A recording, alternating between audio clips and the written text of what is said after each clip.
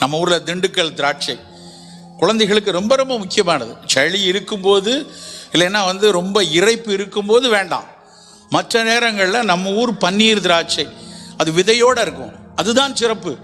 ஆனால் அவன்கிட்ட போய் பிளாக் சீட்லெஸ் கிரேப்ஸ் இருக்கா, 150 ரூபாய்க்கு அது வாங்குகிறோம், ஹைப்ரிட் வெரைட்டி. ஆனால் வெளிநாட்டுக்காரன் என்ன பண்ணுறான் தெரியுமா, அந்த பன்னீர் திராட்சையினுடைய தொலி, அதனுடைய விதை இரண்டிலிருந்தும் ரிசர்வெட்டால் அப்படின்னு ஒரு கெமிக்கலை பிரித்து எடுத்து புற்றுநோயை தடுக்கக்கூடிய மருந்தை வித்துட்டுருக்கான்.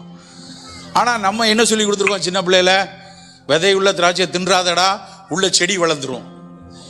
நான்லாம் சின்ன பிள்ளையில கேட்டிருக்கேன், எங்கள் வீட்டில் விதையோடு சாப்பிட்ற துப்பிடு, ஏன் சாப்பிட்டா என்ன ஆக போகுது யோசிச்சதில்லை. ஆனால் நம்ம அதை பன்னீர் திராட்சையை ரொம்ப கீழே வச்சுருக்கோம். வெறும் அது இன்றைக்கும் அது விலை 50 ரூபா 60 ரூபா தான். ஆனால் 200 ரூபாய்க்கு சீட்லெஸ் கிரேப்ஸ் எடுக்கும். நம் குழந்தைகளுக்கு நம் ஊர் பழங்கள் எல்லாவற்றையும் கண்டிப்பாக கொடுத்து பழக்கம்.